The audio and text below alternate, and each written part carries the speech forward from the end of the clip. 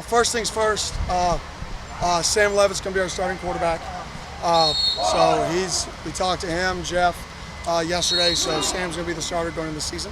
And we're fired up. We believe we have a lot of quarterbacks on this team that can win football games.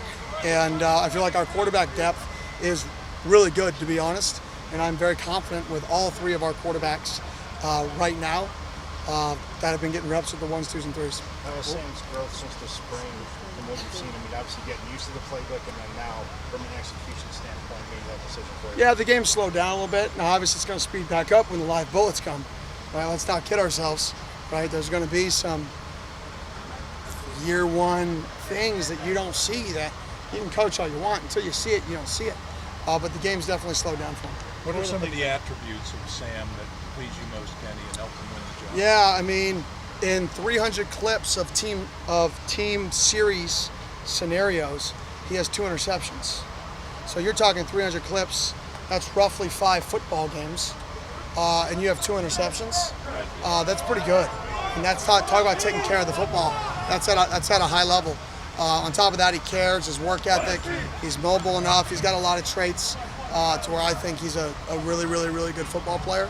And combine that with not turning the ball over, up to this point at camp in team series settings. That's what's helped us make that decision.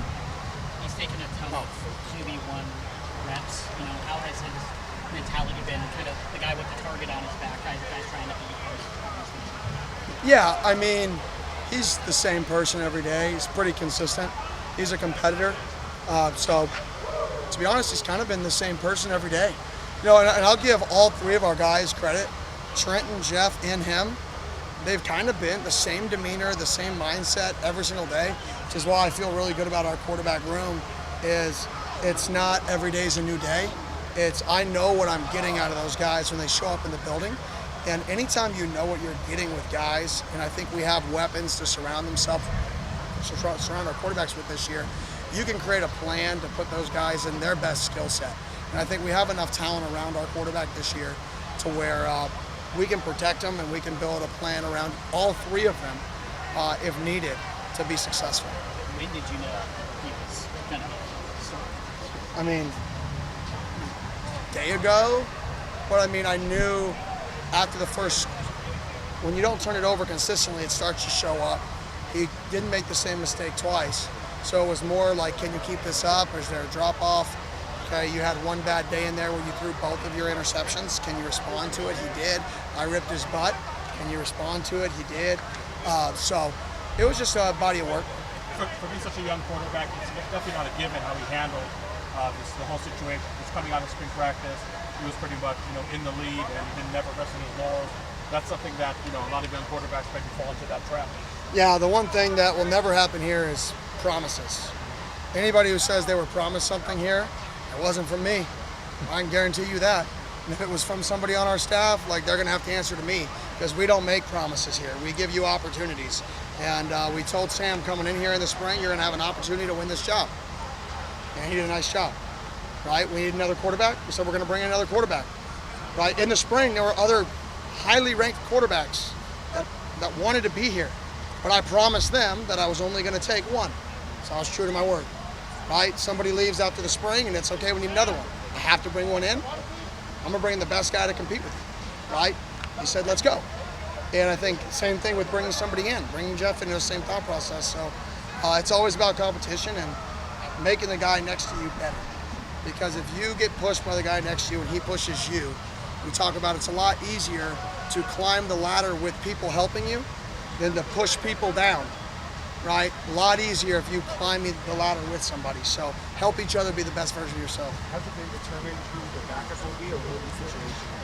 Yeah, I mean, right now it would be Jeff. But obviously as things continue, that could change. I have a lot of trust in Trenton. Trenton started a lot of games. He's won a lot. He's won games here. He's a guy I trust. Trenton was voted on the leadership council here for a reason. It's because guys trust him, guys believe in him. He's back there grabbing Sam after plays, like, hey, low red zone, you got to throw that little bang route a little bit faster. You got to throw it in the first window. You got to be ready. Don't throw it when it's open. You got to see it opening. He's back there coaching, and to have a guy like Trenton on this football team still, he just embodies ASU football. He embodies everything that's good about the sport of football, and we're blessed to have him still a part of the football team. How nice is it just to know who your quarterback is, the team knows, and everyone can move forward knowing who the main guy is?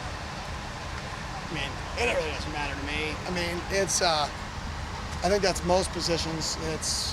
It's a position on the field. It's an important one. I mean, it's the one that makes everything go. It's the one that your season could be. You could be a 4-win team or a 10-win team based off a quarterback. And I think the school down south was living testament of that last year. You know, they had a change, and Noah came in, and he's a hell of a player. That one player completely changed the entire trajectory of that season. So I think that position is vital, but it's not. You're going to play the best players, and I don't get too much into the whose feelings get hurt. So that's part of life. Is making decisions on which true freshmen are going to redshirt or not, does the NIL transfer portal really come into consideration? Because obviously a guy like Sam Leavitt was an attractive transfer because he did redshirt last year. How these conversations, What you just described, no, that side of it. Like, we're not going to burn somebody's red shirt so they're a less attractive transfer if they leave. No. If somebody can help us win football games, we're going to play them. Hopefully we can redshirt them if they're not helping us a certain number of plays. But I definitely think the way college athletics is going with revenue sharing and NIL in this direction, I think kids are going to actually play longer in their careers than they ever have because they can make money doing it. So I think red shirts and keeping red shirts and then creating a culture so your red shirt senior will say, do I want to go be an undrafted free agent, or do I want to come back for my 5th year and make money here now? I think you have to play that as a part, as more kids are going to want to stay for that extra year now probably than they had 7 years ago when there was no money being passed out to players. So you think revenue sharing may dull the transfer element, so to speak? I don't know about the transfer element. I think it will entice players to return to college at a higher rate. And I think you can already see that in NIL with quarterback play. I mean, most of those quarterbacks that were in the draft last year probably not returning to college football if NIL wasn't a play for those people that were draft eligible. So I think that when revenue share starts is going to be more common amongst 6th, 5th, 7th rounders, undrafted free agents that still have a year to go, may be able to convince them to come back because they can make some money and they still have an extra year, and they'd only have that year if, coach was smart with them with a red shirt. Sam mentioned at Camp T that when he first got here, his leadership style might have been a little bit abrasive, but then he worked with him over the summer and obviously getting voted for the leadership council is testament to that. Where have you seen his biggest strides off the field as leader? Yeah, he doesn't just yell at people anymore. And it's funny because Bo was so similar, right? When you're a perfectionist and you want everything to be right and you care at such a high level, it's really hard for you to process that person just may not care quite as much. They may still really care, but they may not have this obsessiveness where practice ends and I watch it immediately because I can't function if I don't. And you've got to be able to say, okay, how do I get the best out of this guy? Well, jog down the field. Say, hey, flatten that out for me. Don't yell, flatten that out, what are you doing? Right? Yeah, everybody knows you're smart, great. But everybody gonna hate you. Now, he's really embraced that model of, channel that passion and energy, right? And do it in one-on-one settings with certain guys. And then people are gonna feel your passion and energy. That's gonna happen naturally. But really try to channel that, okay? Try to lead people a little bit, lead people differently based off of the person.